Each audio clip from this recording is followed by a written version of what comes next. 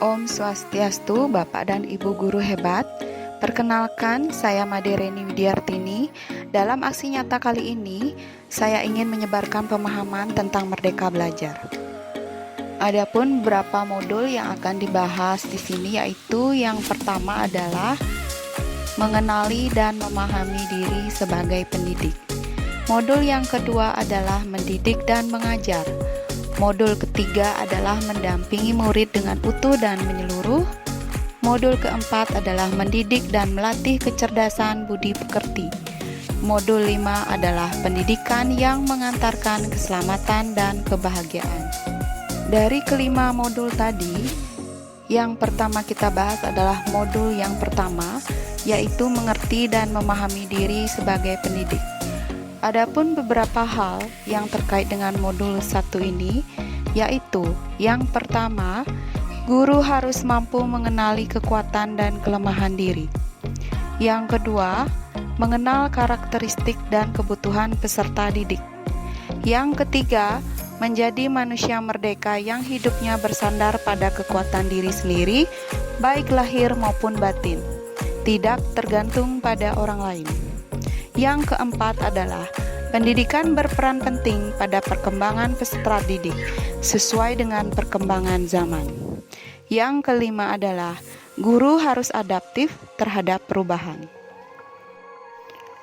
Berikutnya adalah modul yang kedua, yaitu mendidik dan mengajar.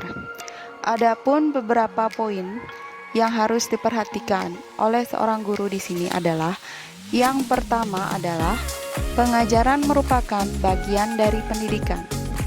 Yang kedua, pengajaran merupakan cara menyampaikan ilmu atau manfaat bagi hidup peserta didik, baik lahir maupun batin. Yang ketiga, mendidik adalah menuntun segala kodrat yang ada pada peserta didik sehingga dapat mencapai keselamatan dan kebahagiaan yang setinggi-tingginya.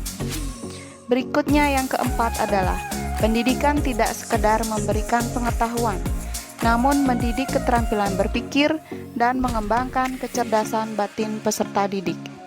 Dan yang terakhir yang kelima adalah sistem Among, yaitu ing ngarso sung tolodo, ing madio mangun karso, dan tutwuri handayan. Setelah modul yang kedua, kita beralih ke modul yang ketiga, yaitu mendampingi murid dengan utuh dan menyeluruh. Beberapa poin penting di sini adalah yang pertama, yaitu pendidikan bergerak secara dinamis, menyesuaikan keadaan, bergerak begitu cepat. Setiap pendidik terlahir dengan kodrat alamnya masing-masing. Yang berikutnya adalah perubahan tidak bisa dihindari, sehingga cara mendidik dan mengajar perlu disesuaikan dengan perkembangan zaman. Dan yang terakhir yaitu guru dapat merancang pembelajaran yang berkelanjutan, terbuka berdasarkan kebudayaan bangsa. Hal ini sesuai dengan asas Trikon yang dikemukakan oleh Ki Hajar Dewantara, yaitu kontinu, konvergen, dan konsentris. Modul yang berikutnya adalah modul yang keempat, yaitu mendidik dan melatih kecerdasan budi pekerti. Adapun beberapa poin penting di sini, yaitu yang pertama, budi pekerti merupakan hasil bergeraknya pikiran, perasaan, dan kehendak sehingga menimbulkan suatu tenaga.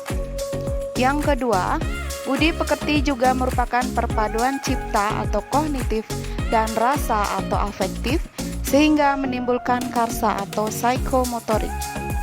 Yang ketiga adalah di sekolah, pendidik turut berperan serta membantu murid untuk menemukan kecerdasan budi pekerti dengan tuntunan dan teladan yang sesuai dengan kebutuhan murid. Yang keempat yaitu teori konvergensi didasarkan atas dua teori utama, yaitu teori tabula rasa dan teori negatif. Dan yang terakhir yang kelima yaitu budi pekerti atau watak manusia dibagi menjadi dua bagian, yaitu bagian biologis dan bagian intelligible. Modul yang terakhir yaitu modul yang kelima, yaitu pendidikan yang mengantarkan keselamatan dan kebahagiaan. Adapun beberapa hal penting di sini yaitu yang pertama, sistem Among didasarkan pada dua hal yaitu kodrat alam sebagai syarat untuk mencapai kemajuan pendidikan sesuai dengan potensi murid dan kemerdekaan sebagai syarat untuk menghidupkan dan menggerakkan kekuatan lahir dan batin murid hingga dapat mencapai selamat dan bahagia. Yang kedua yaitu mengajar dan mendidik adalah bagian dari kebudayaan. Pendidik hendaknya menciptakan pembelajaran yang mandiri dan kontekstual sesuai karakteristik murid. Yang ketiga yaitu kemerdekaan murid dalam belajar merupakan kunci untuk mencapai tujuan pendidikan yang mengantarkan keselamatan dan kebahagiaan. Dan yang keempat yaitu tuntutan pembelajaran abad 21, menjadi pembelajar sepanjang hayat, membangun konteks diri serta identitas suatu bangsa. Sekolah dan pendidikan merupakan bekal untuk murid kita mengisi masa depan. Pendidikan bergerak dinamis menyesuaikan keadaan yang terus bergerak begitu cepat. Sebagai guru, perlu mengantisipasi dan membaca arah perubahan tersebut. Sebagai pendidik, tentu sudah seharusnya mampu mengenali karakteristik dan kebutuhan murid. Akan tetapi, hal yang paling mendasar juga harus dimulai dari diri sendiri, yaitu mengenali kekuatan dan kelemahan diri. Kecerdasan berpikir murid harus dapat mengembangkan budi pekerti atau watak murid yang tidak hanya dibentuk di sekolah, tetapi juga dalam keluarga dan lingkungannya. Mengajar dan mendidik adalah bagian dari kebudayaan. Oleh sebab itu, pendidik hendaknya menciptakan pembelajaran yang mandiri dan kontekstual sesuai karakteristik murid. Dan kemerdekaan murid dalam belajar merupakan kunci untuk mencapai tujuan pendidikan yang mengantarkan keselamatan dan kebahagiaan.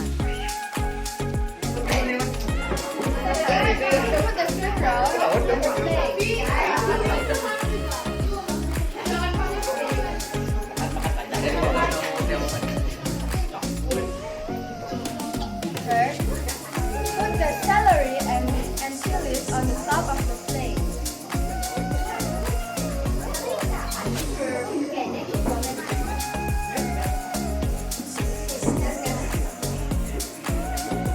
Or put the sauce on the side of the spring roll.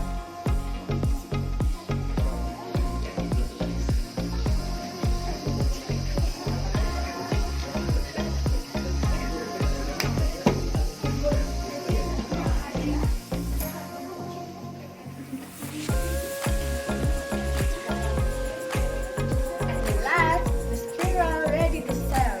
Thank you. Anna!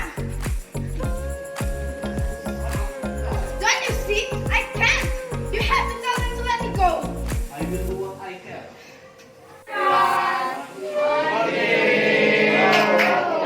Are you ready, friends? Yes!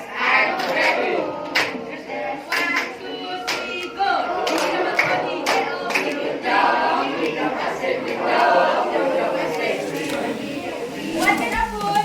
Coklat puding! What can I put? Coklat puding! Coklat puding? Downstairs!